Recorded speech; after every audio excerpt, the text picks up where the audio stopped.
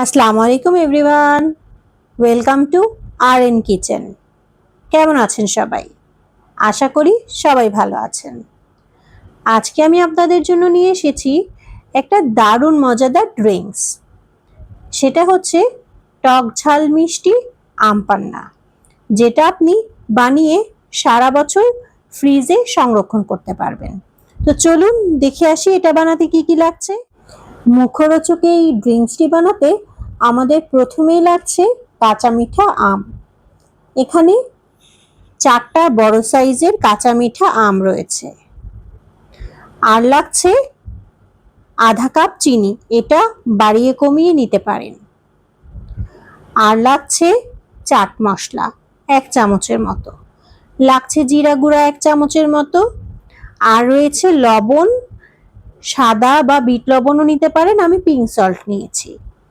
আর লাগছে কাঁচামরিচ 3 থেকে 4টে, আর লাগছে একটা লেবু, আর আছে পুদিনা পাতা। চুলায় একটি প্যান বসিয়ে দিয়ে দিচ্ছি এখানে 3 কাপ পরিমাণের পানি। এর ভিতরে এখন দিয়ে দিচ্ছি আগে থেকে কেটে ধুয়ে রাখা কাঁচা মিঠা আম। এখন দিয়ে দিচ্ছি আধা চা চামচের মতো লবণ, দিয়ে সেদ্ধ করে নিচ্ছি। ফিরে আসলাম 15 মিনিট পর। আমগুলো সব সেদ্ধ হয়ে গিয়েছে। এখন আমগুলো একটা ব্লেন্ডারের ভিতরে নিয়ে নিচ্ছি। এখন একে একে বাকি সব উপকরণগুলো দিয়ে দিচ্ছি।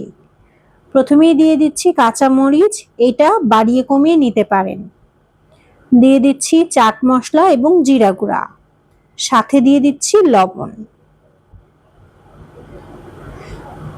এখন দিয়ে দিচ্ছি একটা লেবু, এটাও আপনারা বাড়িয়ে কমিয়ে নিতে পারেন।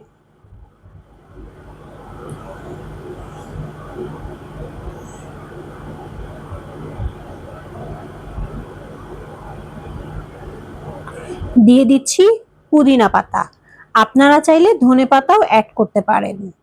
এখন সবগুলো উপকরণ ভালো করে ব্লেন্ড করে নিতে হবে, একটা মিহি পেস্টের মতো তৈরি করে নিতে হবে। এখন এর ভেতরে দিয়ে দিচ্ছি আধা কাপের মতো চিনি, এটা বাড়িয়ে কমিয়ে নেওয়া যাবে। তারপরে আবার ব্লেন্ড করে নিতে হবে।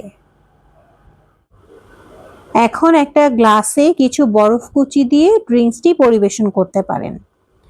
আপনারা চাইলে আর একটু পাতলা করেও এটা তৈরি করতে পারেন। আমি একটু ঘন রেখেছি কারণ আমি এটা ডিপ ফ্রিজে 2 থেকে 2.5 মাস পর্যন্ত সংরক্ষণ করব। আপনারাও চাইলে সেটা করতে পারেন। তবে দেখলেন তো কত সহজে তৈরি হয়ে গেল কাঁচা আমের জুস অথবা আম পান্না।